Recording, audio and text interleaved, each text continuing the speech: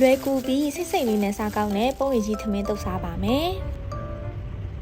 ပထမဆုံးပုံရည်ကြီးကိုစလုံးနဲ့ထည့်ပါမယ်ပြီးရင်တော့ပပလိထားတဲ့ကြက်သွန်နီနဲ့ကြက်သွန်ဖြူစီချက်တို့ကိုထည့်လိုက်ပါမယ်ရတာအတွက်ဟင်းသီးဟင်းရဲမုန့်နဲ့စားကိုထည့်လိုက်ပါမယ်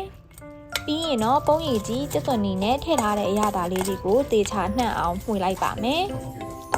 ပုံရည်ကြီးကစီစုပ်တာကြောင့်လိုအပ်ရင်စီနည်းနည်းလေးထည့်လိုက်ပါနော်ကြည်သွားပြီးပုံရည်ကြီးအနှစ်ရလာရင်တော့ထမင်းကိုထည့်လိုက်ပါမယ်ပုံရည်ကြီးနဲ့ထမင်းကိုတသားလေးဖြစ်သွားတဲ့ဒီတေချာလေးနှံ့အောင်နေလိုက်ပါမယ်ရှင်တေချာလေးနဲ့ပြီးပြီဆိုရင်တော့အရာသားမြည်ကြီးကလိုအပ်ရင်လိုအပ်တဲ့အရာသားကိုထည့်လိုက်ပါနော်အရာသားလည်းစင်ပြီးပြီဆိုရင်တော့စိတ်စိတ်လေးနဲ့စားကောင်းတဲ့ပုံရည်ကြီးထမင်းတုပ်ရပါပြီရှင်ပုံရည်ကြီးထမင်းတုပ်ကကြက်သားကြော်ကြက်ဥကြော်ရင်းနဲ့တွဲစားရတာလိုက်ဖက်ပါတယ်ဒါအပြင်ခရမ်းကျင်သည့်ကြက်သွန်ဖြူနဲ့တွဲစားရင်လည်းအလွန်မင်းလိုက်ဖက်ပါတယ်